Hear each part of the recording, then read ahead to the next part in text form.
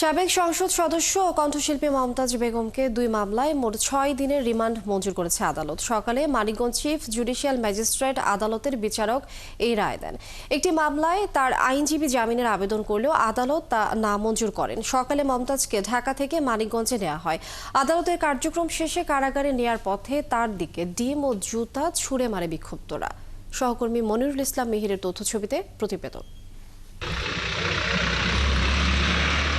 সকালে কাশিমপুর কেন্দ্রীয় কারাগার থেকে মমতাজকে মানিকগঞ্জ আদালতে নেওয়া হয়। পরে তাকে সিংগাইর থানার হত্যা মামলায় তোলা হয় সিনিয়র জুডিশিয়াল ম্যাজিস্ট্রেট 1-এর আদালতে। শেকড় থেকে শিখরে তদন্তকারী কর্মকর্তা 7 দিনের রিমান্ডের আবেদন করেন। পরে বিচারক মোহাম্মদ আব্দুল নূর 4 দিনের রিমান্ড মঞ্জুর করেন। এরপর হরিরামপুর থানার আরেকটি মামলায় তাকে নেওয়া হয় সিনিয়র জুডিশিয়াল ম্যাজিস্ট্রেট আদালত 3-এর আদালতে।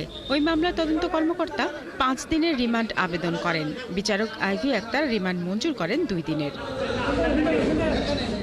কোর্ট আদালতের ভারপ্রাপ্ত পুলিশ কর্মকর্তা আবুল খায়ের জানান, সিংগাইর থানার 2013 সালে সিংগাইর উপজেলার গোবিন্দল এলাকায় হরতালের সমর্থনে মিছিলে পুলিশের গুলিতে 4 জন নিহত হন।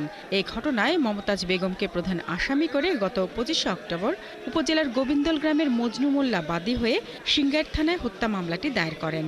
এছাড়া হরিরামপুর থানায় মারধর ও ভাঙচুরের মামলাটি 2024 সালের 30 অক্টোবর করা হয়। আজকে হরিরামপুরে একটা মামলা ছিল, সেই মামলা 2 দিন রিমান্ড আছে।